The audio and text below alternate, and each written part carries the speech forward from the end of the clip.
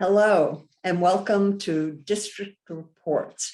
I'm your host, Eve Galanter, and today we're going to discuss a very timely and critical issue, redistricting in the city of Madison. So today our show is really the redistricting report. Sorry, couldn't resist. The census. The census is a once-in-a-decade process that's set out in the Constitution in Article 1, Section 2. It was a way to ensure that everyone was counted so the members of the House of Representatives could be allocated properly to the states.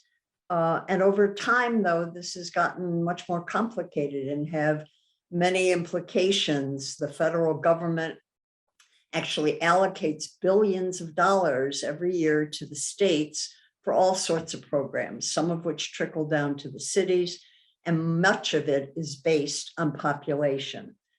And this census has been, is the only official head count. So what is redistricting? What does it mean here in the city of Madison? It involves setting the boundaries on a map for the wards and aldermanic districts and ultimately designating polling places. And the boundaries are adjusted based on population changes over the past 10 years. And it's no surprise to anyone that Madison's population has grown substantially in the last decade. Dane County, I think, one of the largest increases in the state. And it ensures what we're doing through redistricting that each district is equalized so that residents have equal representation on the Madison Common Council. There are currently 20 aldermanic districts, so about 13,500 people in each district. The process takes place not only here at the city, but at the county and state levels, and ultimately at the congressional level as well. Today, we're going to discuss the process approved by the city of Madison. The city created an ad hoc committee composed of 4 alders and 3 residents, chaired by Justice Castaneda. And like so many other things during COVID, the census itself was far more difficult. The results were delayed. So when the committee was finally convened, the process had to move very, very quickly. In part, by the way, not because we have an aldermanic or mayoral election coming up in 22, but the county does. And folks who are running for the County Board of Supervisors can begin circulating their nominating papers on December 1. So the city, followed by the county, must get all of these boundaries well established. The committee, after multiple meetings and public input, including placing proposed maps at neighborhood libraries, which is where I saw mine, adopted a map, and it was introduced this week at the October 19th City Council meeting, along with 2 proposed amendments that arrived before the deadline in order to be acted on council's meeting of November 2nd, when there will also be a public hearing. They couldn't have done all of this without my guest, Ben Zellers, and his colleagues in the Madison Department of Planning and Community and Economic Development and staff in the city clerk's office. Ben, thank you for joining in this discussion today. Yes, hi Eve, thanks for having me. Sure. I think it might be very helpful for our audience if you could begin by walking us through the criteria that were considered by the committee when drawing and redrawing the aldermanic districts. I guess these are fairly well established criteria, but the the committee really had to focus on carrying out their mission based on those criteria. Yes, so there are a number of criteria that the committee adopted, and some of them are required by state or federal law.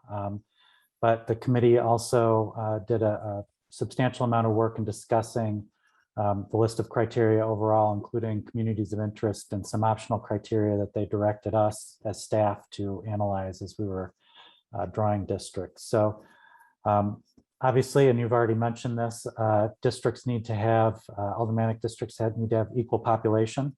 That's a federal requirement. We don't have to hit it right on the nose, so there's a little bit of flexibility. So we have a range that we have to fall within, kind of plus or minus 5%. We also look to enhance the participation of communities of color and communities that use primarily use a language other than English. So it's another federal requirement that we need to make sure we're paying attention to that as a criteria as we're drawing our boundaries, and enhance participation wherever possible as we do draw those boundaries. Then the two more criteria are that districts should be compact and be contiguous. And we also need to account for communities of interest.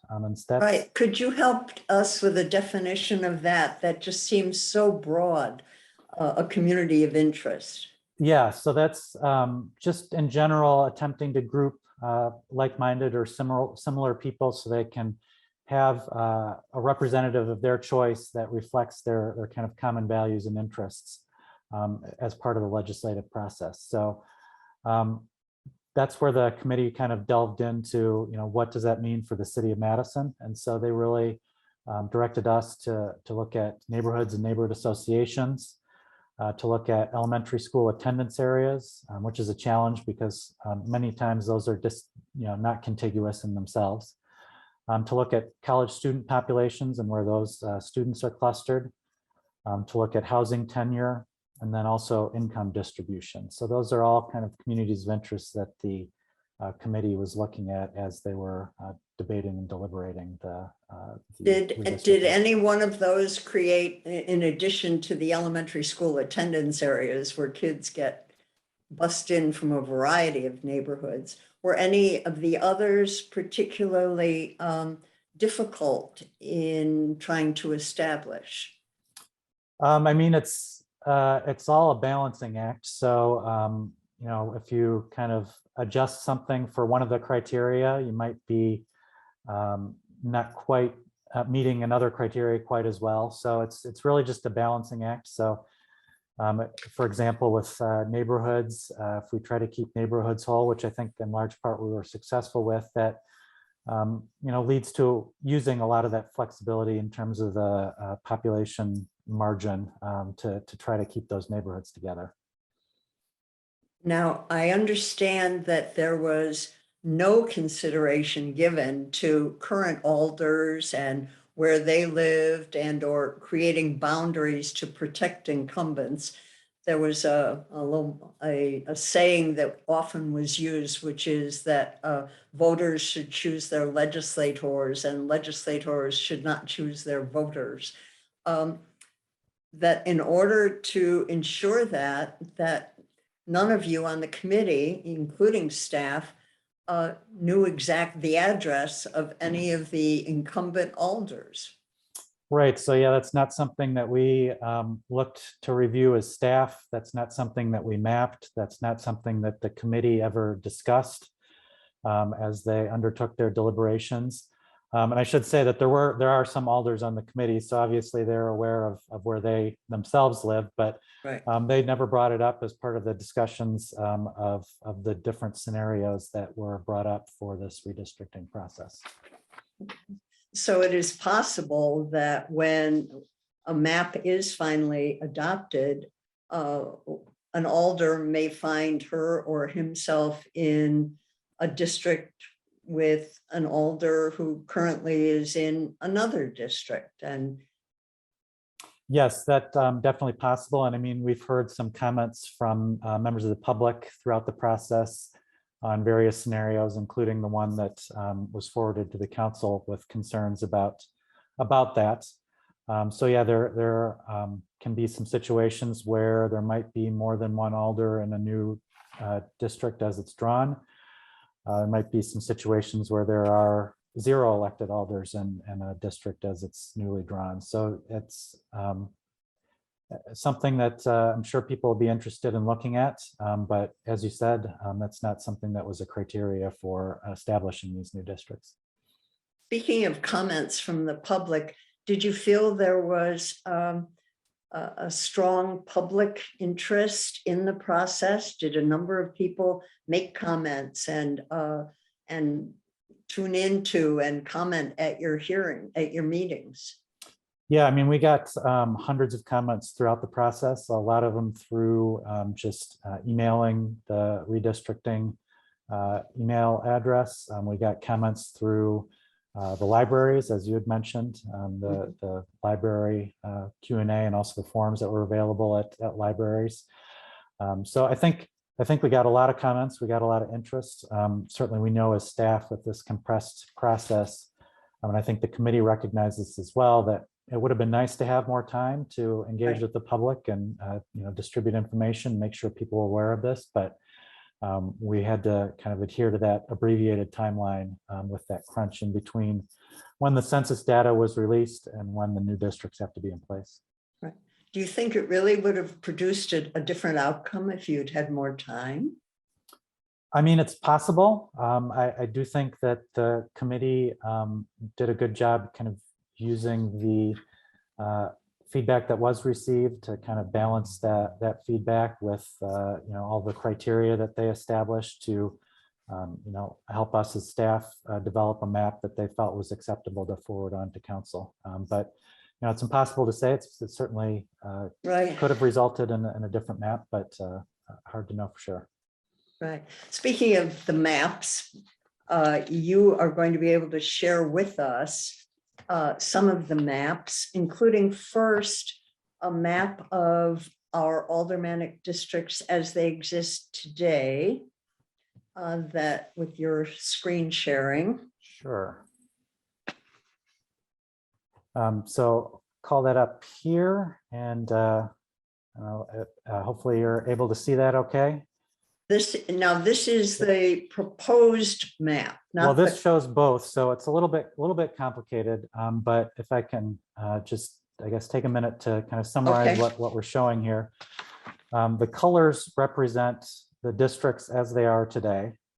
So just looking at, for example, District 19, essentially it's in purple as it stands today, but then that bold black outline is District 19 as it will be if the council adopts the draft boundaries as shown. So District 19 would absorb part of existing District 11 in between Old Stock Road and Mineral Point Road.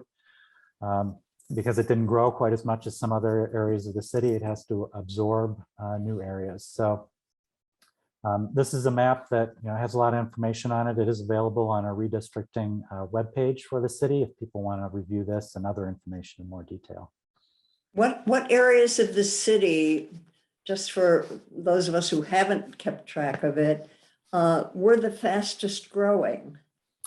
Really, number one is downtown and Isthmus campus area. People have probably seen a lot of the redevelopment that's been happening there over the past 10 years or so. And so that actually is really the leading area. And District 4, as it stands right now, is almost 50% over the population it should be under redistricting. So that's just a really perfect example of why this needs to happen. So we have that equal representation. And then the far west side also had substantial amount of growth. District 9, kind of to the west of the Beltline, had a lot of growth in those new areas of the city. Then there was a little bit, certainly as well on the east side, District 17 and 3 in particular grew as well. And I would mention that every single alder district gained population over the past 10 years. It's just that some gained it at a much faster rate than others. Right. I think those of us who've driven down East Washington can imagine the population increases just by the the growth of the number of buildings that have emerged over the last couple of years, much less the last decade. Yes, yes, definitely. Right. So you looked at all of these things and applied criteria and came up with a new map. And this is there. Yes, so this is the map that is introduced to council at their meeting earlier this week. We have a link to this file through our redistricting website. So it's impossible to see the whole city in one screen. But this map does show the Alder district boundaries in red. And then we also have to create wards as kind of subunits and smaller units of for elections. And those are used by the city to kind of aggregate up into Alder districts. Those are also used by the county to create county supervisor districts. And then by the state as well to create state representative, state senate districts, and then congressional districts as well, or House of Representative districts. And then the city clerk's office works to find polling places in some of these new wards that have been created as well, and perhaps new polling places where the current one is no longer available. Yes, so we do, as we're drawing the ward boundaries, that is pretty responsive certainly to where polling places will be. And so we do look at where the polling places are as we're drawing those ward boundaries. And it's been a challenge, especially over the past couple of years with COVID to have an adequate number of polling places. We are working with MMSDs to hopefully be able to make use of schools again at some point in the future. But yes, the clerk's office works hard every election cycle to ensure that there are an adequate number of polling places for everybody. So there are a minimal number of lines. I think at your very last meeting of the committee, when you had two proposed maps, and then there was a proposal that finally emerged based on a desire to keep more of the student population, primarily in District 8, together rather than having some in an adjoining district.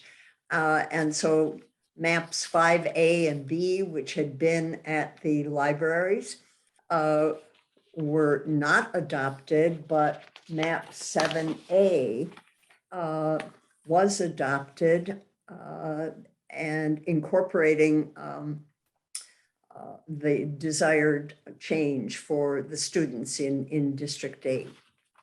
Yes, that's correct. So yeah, I mean, that's really an instance and an illustration of how we as staff and the committee as well took those comments that we got based on those concepts that were introduced at the libraries and at previous redistricting committee meetings, took those comments, digested them, used them to develop a new scenario for the committee to review that addressed or tried to address as many of those comments as we could. And then, so that was introduced, that was adopted, and a timeline was set for any additional amendments by alders who wanted to have staff assistance in creating the map that would reflect their proposed amendment. And that was, those were due on October 19th. And those two amendments will also accompany the proposed and adopted map 7A at the Madison Common Council meeting on November 2nd.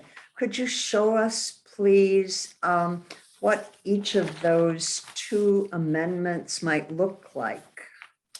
Sure. So this is just a screenshot of kind of a zoom in view of the near west side.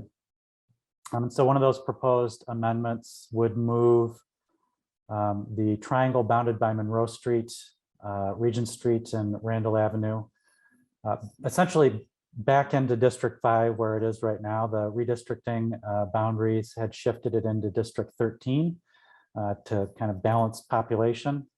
This amendment would move it back into, or keep it into District 5. And then in exchange to continue to balance that population, portion of the town of Madison, which the city will be absorbing in Right. about a year, would go to District 13 when the town is absorbed. And so that would keep that population balance. As it stands, if District 14 were to absorb all the town islands in South Madison, it would be a little bit over the target ideal population. So this potential amendment makes those two shifts to the districts 13, 14, and 5. Okay, and then the second proposed amendment on the other side of town, another side of town. Yes, and so that deals with District 3 and 17. So the Ridgewood neighborhood, which is largely within Ward 19, as you can kind of see in the green numbering. It's split right now. That neighborhood is split right now between two alder districts. The proposed draft that is in front of the council right now has it continued to be split, but this amendment would draw a new line, and that yellow line to the right, move that area to District 17 to join the rest of Ridgewood, and then move an area along East Washington Avenue and Stoughton Road into District 3 to again balance that population. So that's the second amendment that has been submitted for council consideration. A little bit about the process then, Ben. At the Common Council meeting on November 2nd, if you feel that you can share this information just to help folks who will be watching that meeting, for both the adopted map and the amendments will be introduced, and then the motion would be to adopt map 7A, and then a motion would come to adopt one of the amendments, and that would be considered. And then separately, the other amendment would be considered. They may be approved. They may fail to get approval. And then the entire map would be voted on and take effect for the city of Madison in 2023 election. Yes, yeah, that's essentially the process, and yeah, it'll be up to the council as to whether one or both or none of the amendments are approved, and also up to the council as to voting on that map 7A scenario that the redistricting committee recommended to the council. Is there an opportunity for individuals, for council members to propose something from the floor? Can there be something entirely new suddenly appear that evening? That is technically possible, certainly. Council members are free to propose amendments from the floor. I think in this instance, due to all the factors that go into redistricting and balancing populations and taking into account communities of interest, it's pretty unlikely that we'd see a whole new proposal, but it is allowed, and there's the potential that council members could introduce smaller amendments from the floor that would have perhaps less of an impact than maybe even some of the amendments that we talked about here today. But we do have a timeline to which we have to adhere, and there's probably not room for referral to another common council meeting. Correct. So yeah, I mean, really the council needs to take action so they can forward the adopted map and adopted wards on to Dane County, which in turn has to adopt their final map before the end of November. So as you mentioned, people can circulate nominating papers for the spring election in Dane County. Right. Well, I want to thank you and all of your colleagues for working on an incredibly expedited deadline to carry all of this out. This is, had you or any of your colleagues worked on a previous redistricting process? Yes, Brian Grady, who's kind of leading the process on the city side, had participated in the last redistricting process after the 2010 census. So having his guidance and experience has certainly been really critical for us as the rest of the staff team to be able to do all this in this short timeline. Well, thank you. Thank you very much. I do recall back in the 1980s when I was on the city council, I representing the near west side, when one of my colleagues and I found ourselves redistricted into the same district and talked about what was going to happen. And he at the time decided not to seek re-election. Otherwise, it would have been something that we may see happening in 2023. We will see some folks competing against one another who have been colleagues for years, and it will provide for some interesting election times that spring. To our audience, I want to say that if you have a comment or a question about the proposed redistricting, you may contact your alder directly or visit redistricting@cityofmadison.com.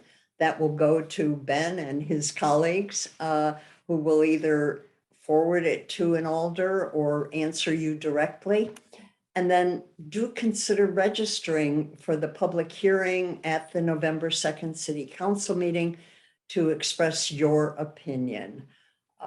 As always, here's to civic and civil engagement. Thanks for being with us.